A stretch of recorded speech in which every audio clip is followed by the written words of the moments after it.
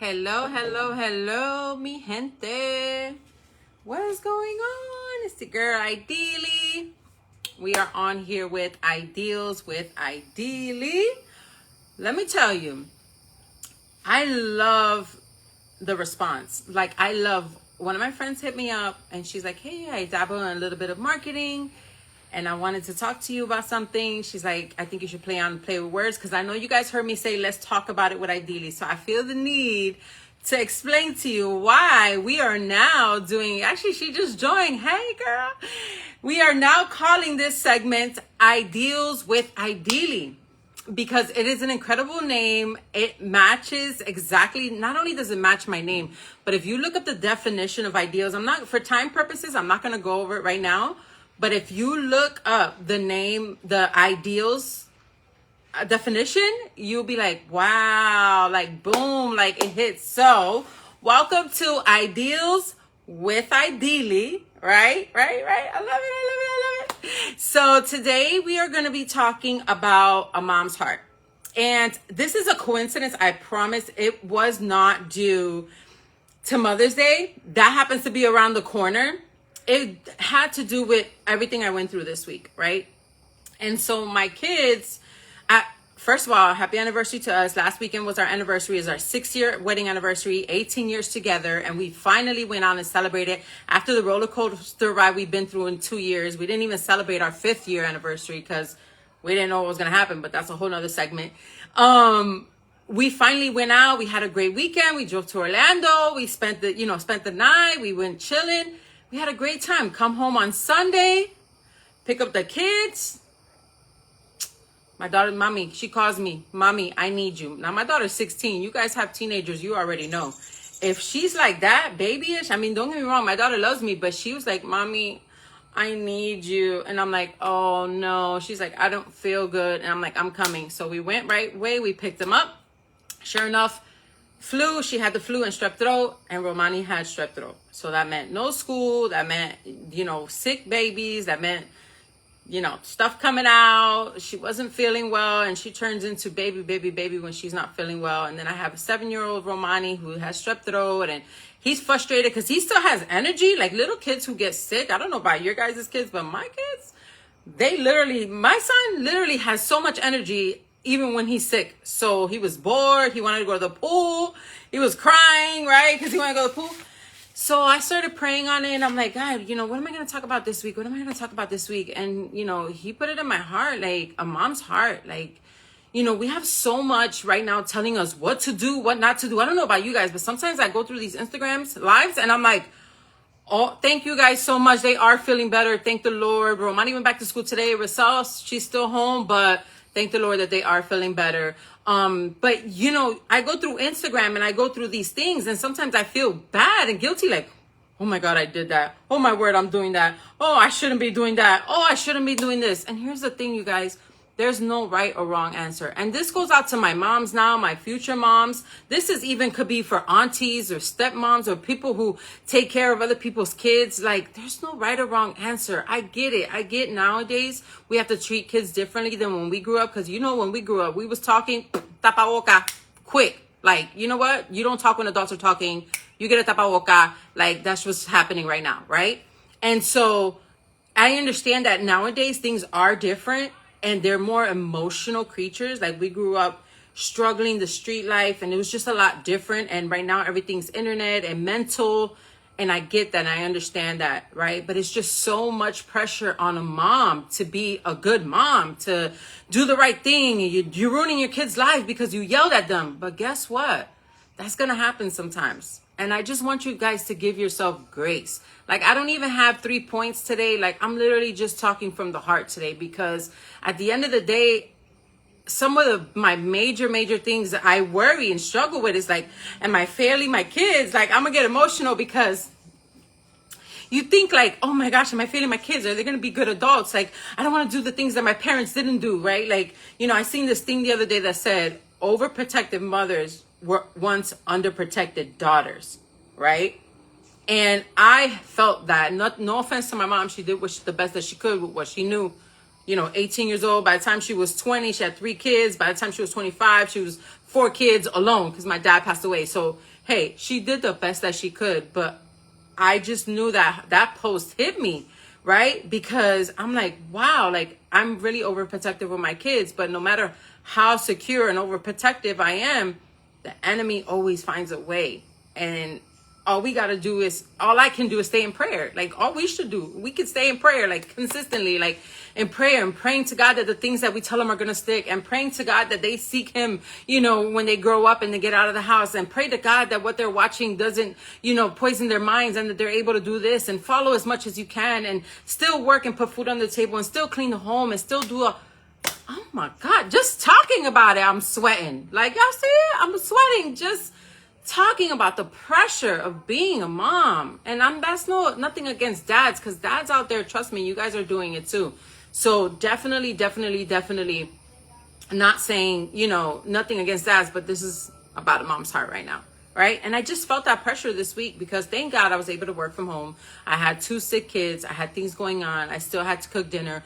Myself, I'm not starting to feel good today. I'm still not going to work because I'm like, oh, here we go. You used to feel that little tickle. And I'm like, that's always what happens. You end up taking care of the kids. You end up getting sick. And again, it's so much pressure being a mom nowadays. And I just wanted to come on here and tell you guys that a mom's heart is full of love. A mom's heart is full of joy. And it's okay if you're going to lose it sometimes. So give yourself grace, for those times. Apologize. Come back to your kids and say, you know what? I lost control. You know what you're teaching them there? You know what the lesson? It's not that you're not going to lose it and sometimes yell at them or do things that, you go back, you think about it, you're like, man, I should have probably handled that a little different. That's what you go and you tell them. You talk to them and you let them know, hey, I'm sorry. I shouldn't have yelled. I should have handled it a little bit differently. And you're going to teach them at that moment to be able to go and do that in the real world. You're going to teach them at that moment. They're going to remember that time that you came and you apologized or you said what you needed to say and you did what you needed to do. And so I lost my train of thought. I'm sorry. And so, yes, so the pressure of being a mom is so big right now. I mean, you guys see them all the time. I see this lady now, all of a sudden she's doing this, right? And she has the writings on the top. Don't yell at your kids. Instead, do this. And she has 3 things that come up. Don't do this. Do this. Okay, you try that when your son's acting a fool, and you got to get him to bed, and you got to still put dinner on the table, and you still got to do all these things, and you still running out of the car, whatever you're doing with a bag of 20 things, and you're running around crazy. Yeah. Okay. It's not that simple. Mi gente. It is not that simple. There's no manual. I don't care how many books people write about parenting. There is no manual, and there's no right or wrong answer. Just go with love. Pray to the Lord to give you the strength to get through daily. Pray to God that your kids are not harmed, that they're, safe and protected every single day. Pray to God and ask him to give you guidance on how to talk to them, on how to react on certain ways, okay? Because at the end of the day, it is hard, and that's okay. It is hard sometimes. I've been in the corner screaming by myself like, God, I can't do this no more. How did you think I could be a mom? Like, I can't. And he just whispers in my ear and tells me, it's okay. You're going to be all right. Your kids are going to be all right. Just believe in me. Follow me. Trust me. And I will guide the way. And honestly, I can feel the calmness come into me at that moment. And I'm able to regroup and come back and handle it differently. Whatever the situation may be, right? I have a 19-year-old son, I have a 16-year-old daughter, and a 7-year-old son. So I kind of have a little bit of everything. And we definitely do not treat the 7-year-old the way we did the other 2. Like, they even noticed. They're like, Mom, if we did that, oh my gosh, we would have got our butt whooped. Because we didn't know better. We were younger. We were going through a lot. We were different, right? We didn't know better with the other 2. And so we do handle our kids differently now.